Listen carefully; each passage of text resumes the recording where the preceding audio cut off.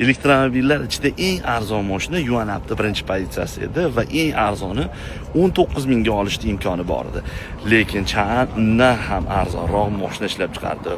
Qiyuan Q05.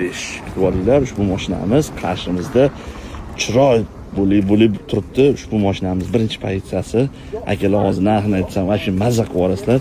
Mashinaning kattaligi Yuanapdan kichkina emas, katta bo'lsa kattaki, lekin kichkina emas. Diskalari 17 lik bo'ladi. Undan tashqari 16 ham emas, kalpakli.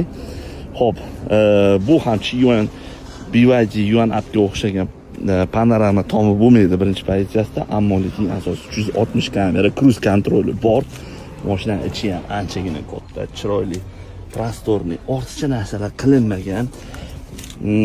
Masofasi 405 kilometr deyiladi. Bu o'sha 405 Air pozitsiyasi.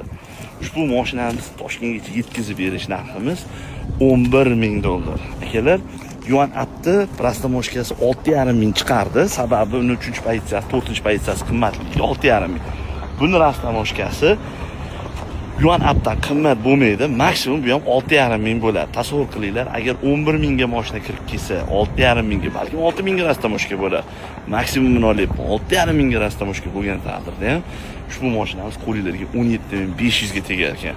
Balkim 17 mingga tegadi. Agarlar bosib oladigan vaqt keldi, bu mashinani oq rangi bor, mana bu stalnoy rangi bor va mokra asfalti ham bo'ladi. Yashil, fioletoviy ranglari ham bor. Uncha kimga qiziq emas, agar kimgadir qiziq bo'lsa, mana shu mashinadan olmoqchi bo'lsanglar, akalar, pastki raqamlarga aloqaga chiqaveringlar. Agar ko'proq olaman desanglar, yana narxini tushirib beramiz.